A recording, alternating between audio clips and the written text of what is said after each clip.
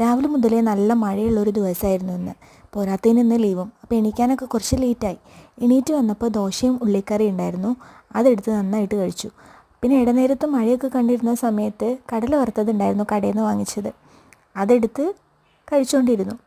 പിന്നെ ഫ്രിഡ്ജ് തുറന്ന് നോക്കിയപ്പം ബിസ്ക്കറ്റ് ഇരിക്കുന്നുണ്ടായിരുന്നു. അപ്പോൾ അതും 2-3 എടുത്ത് ഒന്നും നോക്കിയില്ല, കഴിച്ചു. പിന്നെ ഉച്ചയ്ക്ക് നോക്കിയപ്പം ചോറും നല്ല കടച്ചക്കറിയും ചെമ്മീൻ ഫ്രൈയും മീൻ വറുത്തതും ഒക്കെ ഉണ്ടായിരുന്നു. അപ്പോൾ അതെല്ലാം കൂട്ടി നന്നായിട്ട് ചോറുണ്ടു. പിന്നെ അമ്മ അച്ചാർ ഉണ്ടാക്കിയിട്ടുണ്ടായിരുന്നു. അപ്പോൾ ഇടയ്ക്ക് പോയി അതും ഒന്ന് ടേസ്റ്റ് നോക്കി. പിന്നീട് ഉച്ചയ്ക്ക് റൂമിൽ വന്നിരുന്നപ്പം ബുക്ക് വായിക്കാമെന്ന് വിചാരിച്ചെടുത്ത്. അപ്പോൾ അതിൻ്റെ കൂട്ടത്തിലൊരു ലൈസും പൊട്ടിച്ച് അതും കഴിച്ച് ബുക്കും വായിച്ച് മഴയൊക്കെ ആസ്വദിച്ച് കുറച്ച് സമയം അങ്ങനെ ഇരുന്നു. വൈകുന്നേരം നോക്കിയപ്പോൾ നല്ല സേമിയ പായസം ഉണ്ടാക്കി വെച്ചിട്ടുണ്ടായിരുന്നു അമ്മ.